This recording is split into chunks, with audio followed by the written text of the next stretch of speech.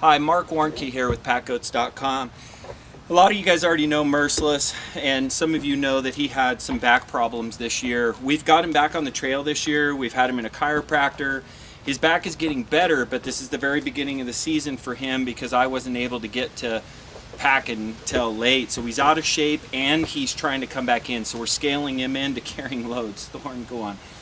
And I want to show you one of the things that happened recently on a pack trip is one of the goats fell behind. It was actually that swayback goat, Coulter, and he fell back, and we had some newer packers that were kind of running the string, and they did a lot of trying to kind of drag him and coax him along and that sort of thing.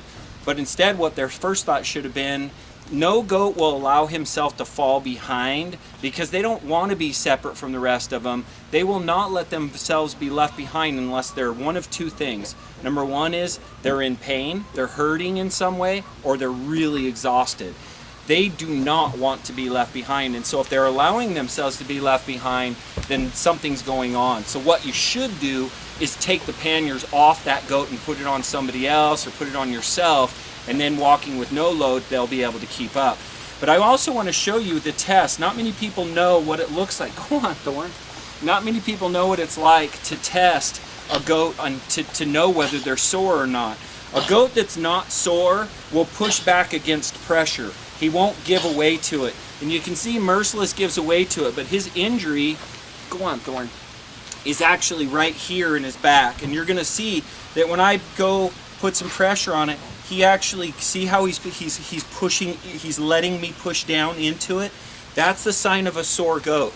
So he's sore. Even if I rub in there, you can see he'll start squatting out from underneath it. Do you see that? How he's bending his legs and squatting down? That's a sore goat.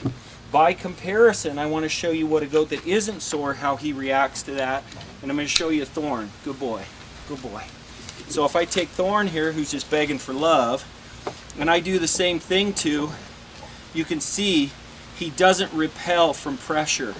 Same spot. This goat isn't sore, he's sore. So it's really important for you to know how to see whether your goats are sore or not. But you can see I can manhandle his back and he doesn't give in to it. This is a goat that's still feeling good, doing good. And don't forget, if you have a goat that's falling behind, almost always he's either super exhausted or he's hurting in some way because they don't want to fall behind. So I hope that's helpful if you ever run into that issue. Mark Warnke, PackGoats.com.